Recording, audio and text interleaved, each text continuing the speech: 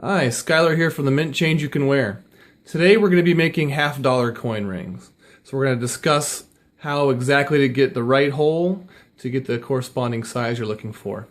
You see on the right hand side of your screen on the bottom there's a Walking Liberty $half. It's a size 8. Then you can come over to the 64 Kennedy, which is a 90% silver one also, and that's more of a size 12. We have up top a thinner band one, and that's a size 13 or 14 JFK half, which is just regular non-silver. So today we're going to go ahead and talk about how you get from size 8 all the way up to a size 14. So the methods we're going to be talking about will work on both types of $half, the copper nickel ones and the older silver ones. Okay, so let's get right to it. So the first thing we have to talk about when we want to talk about making a $half coin ring is what hole size to put in there and how to do it. Well, I did an earlier video, how to make clad quarters part 1, making the hole. That's going to go over really in detail how you make a hole most easily. For quick overview purposes, I'm just going to show you we have basically two main options. You have the Harbor Freight 9-piece punch and die set, or you could make, a center punch tool. I had this made. So there's that. Now, when it comes to size range, I make $half coin rings from size 8 up to a size 14. So size 8 through size 12.5, I'm going to use the 1/2-inch hole in those. And in size 13, size 14, I'm going to use a 5/8 hole. That's just what I've come up with, and you could probably get away with making a size 13, size 14 if you're stretching away carefully, in a 1/2-inch hole, but it really diminishes the look of the inside of the band. By stretching it that much more, you're just diminishing the detail that much more. So this is the way I prefer to go about it. So, like I said, look at the earlier videos if you want to see precisely how to do that. I've already gone and taken the liberty of punching a 1/2-inch hole in a $half, and then I punched a 5/8 hole in another $half. So we're going to move away from the punching of the hole, and we're going to move into the forging process now. Okay, so the first thing we're going to need to do to make these rings is we have the holes punched. Now we're going to go ahead and anneal them. So we're looking to take these up to a nice bright orange. Now when you're working with a clad coin, that's perfectly fine, but when you start working on silver coins, you don't want to bring it up quite as hot. The Walking Liberties can seem to take it a lot better, but when you're looking at a Franklin $half or a 64 Kennedy $half, they'll tend to start having condition issues show up, like bubbling and a little bit of melting on the surface. I'll go over that a lot more in depth as I go into later videos. Okay, let's take this one and go ahead. Okay, so they're ready to go now. They're ready to forge. Here is the $half with a 1/2-inch hole in it. So in order to start the forging process, we just put it the side we want to be facing out, facing up. So in this case, it's going to be the date side facing out. So that goes on. And then you're just going to hold on to the coin while evenly tapping all the way around the whole thing as you go. Just do it evenly, that way you come out with a nice even ring. Okay, so now we've got it down about that far. And what we need to do now is re-anneal it and then go ahead and flip it over on the mandrel and start hammering it that way. Okay, so when you get to this stage, what we're really looking for to know you're done hammering is when you look at it and that rim of that coin is pushed nice and snugly against the mandrel. And you can see there's no real bumps or things jutting out at all. That's going to end up making a poor looking ring if you have anything like that. So you have to keep hammering if you have that. You might have to re-anneal a time or two if you're still dealing with that. So at this point, this looks pretty good. I think we can take it off the mandrel now and start working on sizing. So as we start looking at sizing here, we want to see what size it is as we take it off the mandrel. And you can tell, and you always size it from this coin edge side. It's always going to be the smallest size. So what we're looking at here is about 11 3/4. If you remember one of my earlier videos, I had a chart that showed what size a lot of coins came off of the mandrel, depending on what hole size you had. So this corresponds exactly with that. You might have slightly different results depending on how you hammer, how rough or how smooth your mandrel is. So you're going to have to adjust your sizing technique slightly depending on what size it comes off the mandrel. But it's not that big of a deal. It's really easy to overcome. Okay, so now what we have to do is go ahead and anneal it again, and then we'll be ready for sizing. Okay, so when it comes to sizing, I'm going to go ahead and use this ring sizer right here. This one is I believe it's a Pepe. It could be a Chinese one, to be honest. I think it's a Pepe though. I have several laying around the shop. This is the one I use most often. So here's this one. This is one, if you're going to be making any rings, any amount of rings, I really highly recommend a good ring sizer like a Pepe. If you're just making a couple, you don't want to really go into the expense of a couple $100 for one of these things. You can look at one of my previous videos where we've made this ring stretcher. It's about $15 to make it, and I mean it will work. So if you want to do it that way, it's definitely possible. And as far as reducing them goes, because that'll work great for stretching them, I'm going to be making another video coming up here shortly about how to reduce them. I'm going to be making a homemade press basically, so it'll be really low cost press. Still kind of in the planning stages of that one though, so just stay tuned.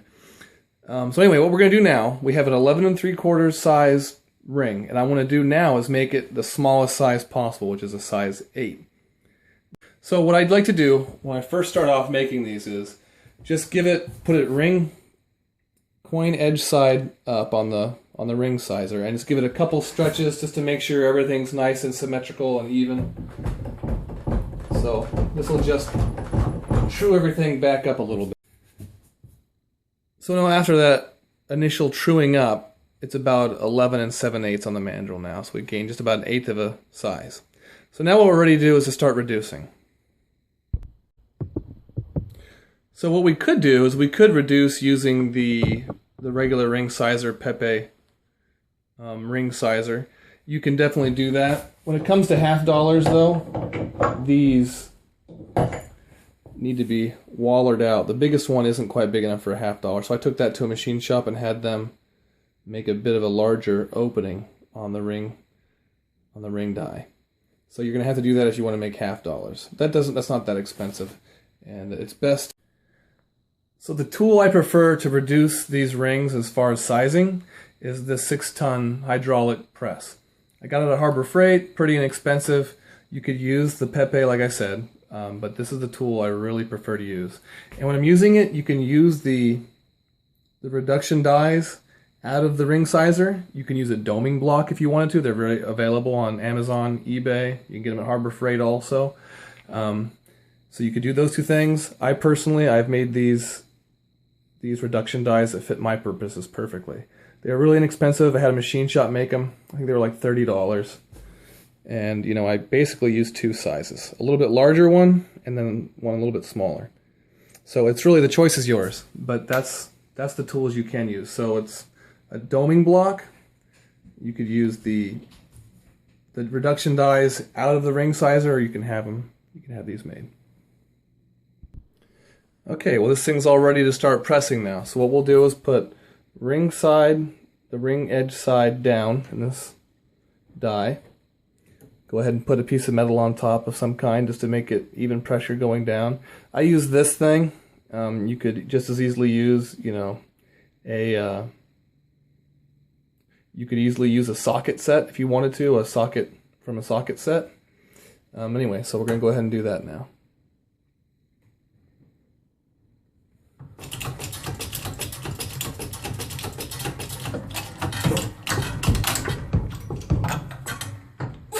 Alright. So now we're starting to taper down. So you can see actually this one's almost straight-sided now. And I mean, you could really stop there if you so chose. Right now it's sitting at about a size 10 on the mandrel. So, but we want to keep going down to a size 8. So that's going to require a smaller die now. Okay, so this is one of the dies out of my ring sizer. One of my ring sizers. And I'm going to go ahead and use the biggest one in here because it fits it about right. And I'll start reducing this one now.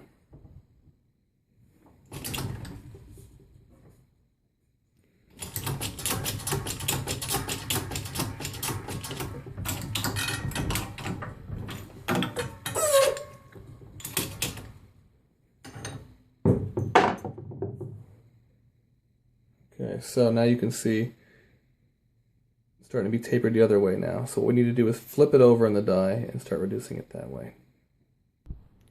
Okay, so now it's flipped over. We're going to start pressing it this way. Okay. And do it a little bit at a time. You don't want to go overboard and then find out you've squished the thing too much, or you don't want these sides encountering the metal inside the die, because then you'll have all the detail will be diminished once that metal hits the metal of your coin. So you want to avoid that. All right, so now we've got it. We reduce evenly on both sides till we get down to our desired size. And you also want to make sure that the outside of the ring is going to be symmetrical from one side to the other. You want it to look even. So right now we're sitting at about a little bit less than 7 3/4, which is about perfect. Because what we want to do now is take it off the mandrel, and we're going to start to file the inside of that just a little bit, just to get rid of any sharp edges that are in there. You don't want to file far enough to where you actually hit detail on the inside of the coin, but you do want to file enough to just smooth that edge out just a tiny bit, make it comfortable to wear. We want to do the same thing on this side too. You can see it's sharp right now. So we're going to bring a file in and file both sides of that. Okay, so the file we're going to be using today is this half round file. So the front half is rounded and then the bottom side's flat. The rounded side works perfectly for these inside curves on the inside of the ring, and then the outside, the flat side works great on the outside. So that's what we're going to go ahead and do. Get it filed and come right back to you. Okay, so we're back here. The filing's finished, and it's all smoothed out and ready to go. I'm covering a lot of ground here kind of quickly, so if you want to look into detail, like I said, go back to some of my earlier videos, the clad quarters. When you go to the sizing, you'll see really in great detail how we're doing this. It comes with a file, and then we go ahead and finish it with sandpaper just to smooth it out real nice. Anyway, so it's filed and ready to go, and we got to go ahead and check the size of it now and see how far we're going to go up to get to a size 8. So, okay, we haven't gained a lot as far as size goes, so we're going to stretch that out about a quarter size to make it to an 8, and we'll be ready to go. Okay, so here we are back at the ring sizer. We're going to go ahead and put this thing, the ring edge side down again, to stretch it back out to a size 8.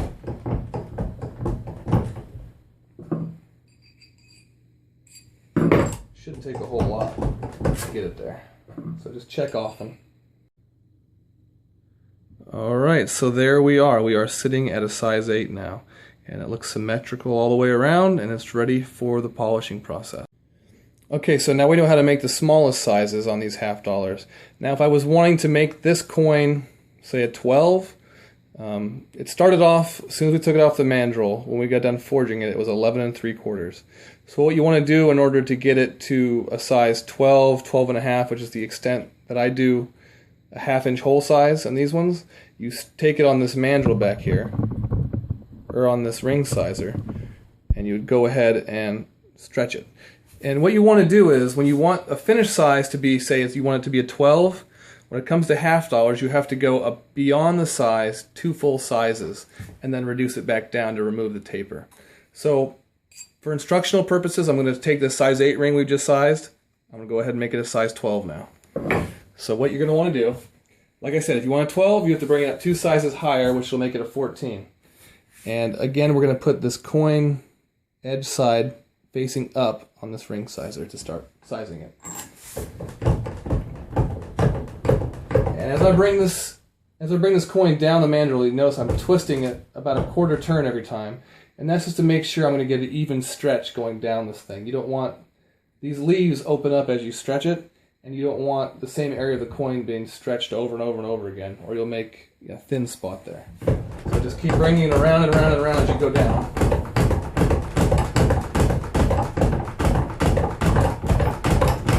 I'm going to bring this one down to a size 14. Which I got to be getting close here, so we'll start checking. Okay, so we're at 13 and a half now.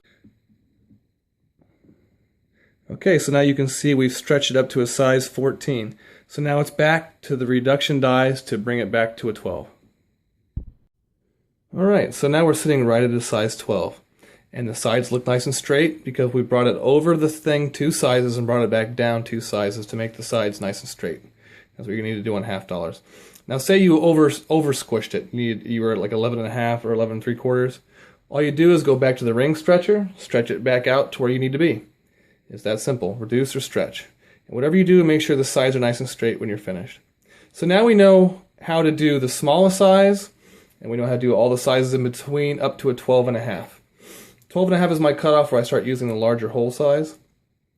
So if you wanted this thing to be a 12.5 instead of a 12, instead of stretching it to a 14, stretch it up to a 14.5 and then bring it back down to 12.5. So that's how you do ring sizes from 12.5 down to 8. So now what we're going to do is turn around and start working on this other $half with the 5/8 size hole in it. That'll bring us to a size 13 through 14. Okay, so I went ahead and took the 5/8 hole $half that I had, and I went ahead and forged it already. So we're sitting at about a size 14.5. Usually it comes out between 13.5 and 14.5 right off the mandrel. When it comes to the forging, it was exactly identical to what we had done already with that 1/2 size hole. So you're going to follow all the same steps, all the same procedures, and if you do, it should come out to about something like this. A little smaller, a little bigger. It just depends on how you hammer, basically. So now what we have is a size 14.5 $half that came right off the mandrel. It still has that taper on it that we want to get rid of. And it's going to need to come up about a size and 3/4. So the 1/2 size hole, we need to go up 2 full sizes in order to get rid of that taper and bring it back down to the target size we were looking to do.